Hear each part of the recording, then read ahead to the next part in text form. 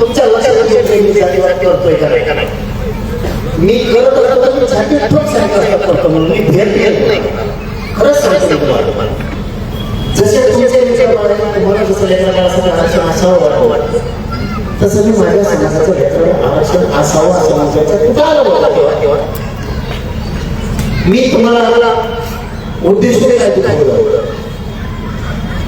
मी कुठल्या समाजाला वाईट बोललो त्याच्या विरोधात दंगल केली रक्तपात केला तुम्हाला जातीवादी. एका समाजाचा गोरगरीब मराठा समाजाच्या लेकराला आरक्षण असतं की त्याच्या भविष्यासाठी वाक्य केले त्याचा जन्म झाला फक्त तुमच्या लेकराला आमचं लेकरू बघा तुम्ही कधीच जातीवाद तुमच्या डोक्यात घ्यायला आम्ही सुद्धा लेकरू आमच्या लेकराला नको. हे राजकारणी लोकांना खेळ केला यांच्या स्वार्थासाठी यांनी बरोबर भांडण लावले त्याच्याशिवाय निवडून येत मग ते बरोबर सांगणार आपलं अमुक केलं आपलं तमुक केलं आणि तू वाद लावणार त्यांचा राजकीय स्वार्थ साधून घेणार.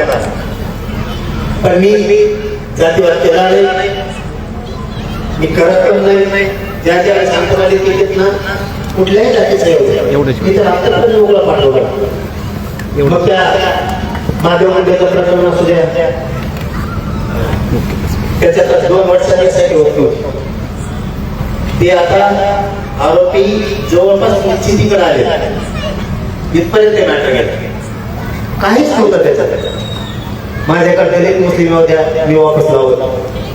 काल परवा पाठिंबाच्या आठवड्यात आपण दिल्लीला गेलो तिथे शिवरे पाटलांना आत्महत्या घेतली त्याच्यात सुद्धा अमित शहाना यासाठीच नियमाला लावली त्याच दिवशी. मग आपण जर काही इकडून दिल्लीच्या बाहेर गेलो आपण लगेच घोडे